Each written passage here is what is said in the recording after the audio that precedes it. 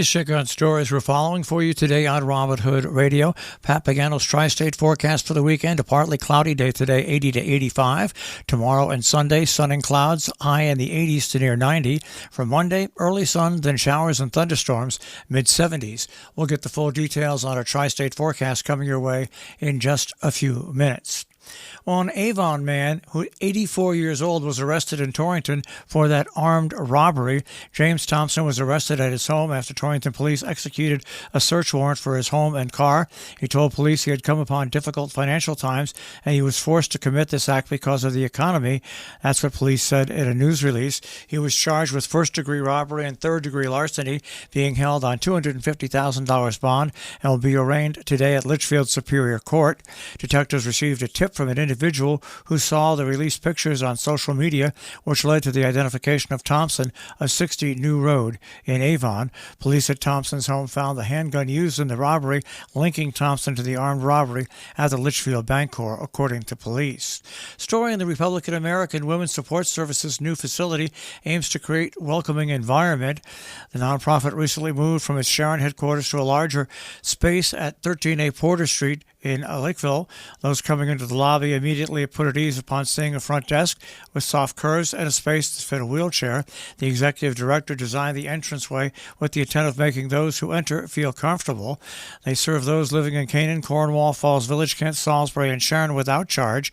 Their mission: create social change to end the interpersonal relationship of violence by challenging attitudes and beliefs about power, control, and gender norms, and by advocating for victims and survivors. The staff works with women, men, teens, and children, and there's also a 24/7 hotline to ensure availability.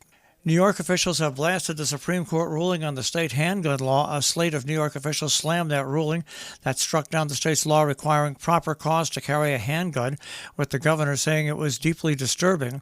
The law mandated that those applying to carry a concealed handgun in New York provide a reason why they need the weapon, which officials then approve or deny. It's part of a larger array of New York gun restrictions highlighted as some of the toughest in the nation. The petitioners in the case, two upstate New York residents, joined by New York State Rifle and Pistol Association, sued when a county licensing official denied them carrying privileges that they sought. Hochul swiftly denounced the ruling soon after its release, saying the Supreme Court recklessly struck down the law at a moment of national reckoning on gun violence. Quote, just as swiftly past the nation leading gun reform legislation, I will continue to do everything in my power to keep New Yorkers safe from gun violence, Hochul said on Twitter on Thursday. A teenager will be charged in that fire last weekend at the vacant Great Barrington School. The suspect is not being identified because they're under 17 will be summoned to appear at Berkshire Juvenile Court at a later date, according to a joint statement released by the state fire marshal and town and police fire chiefs. A joint investigation by the fire and police departments and the state police fire and explosion investigating unit assigned to the fire marshal's office determined that a piece of furniture had been set on fire. The statement said the suspect was identified based on observations at the scene, witness interviews, and other evidence. This week has been North Canaan Family Fun Week, and it continues both today and tomorrow through the 25th.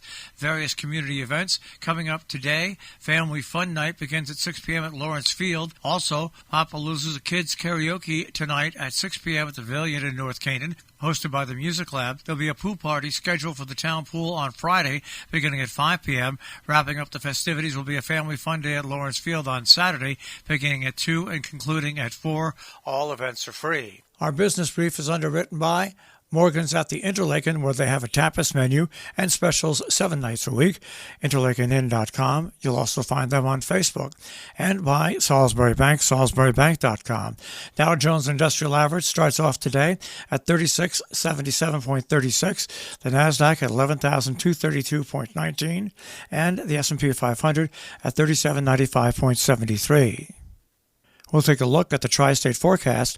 That'll come your way in just a few moments.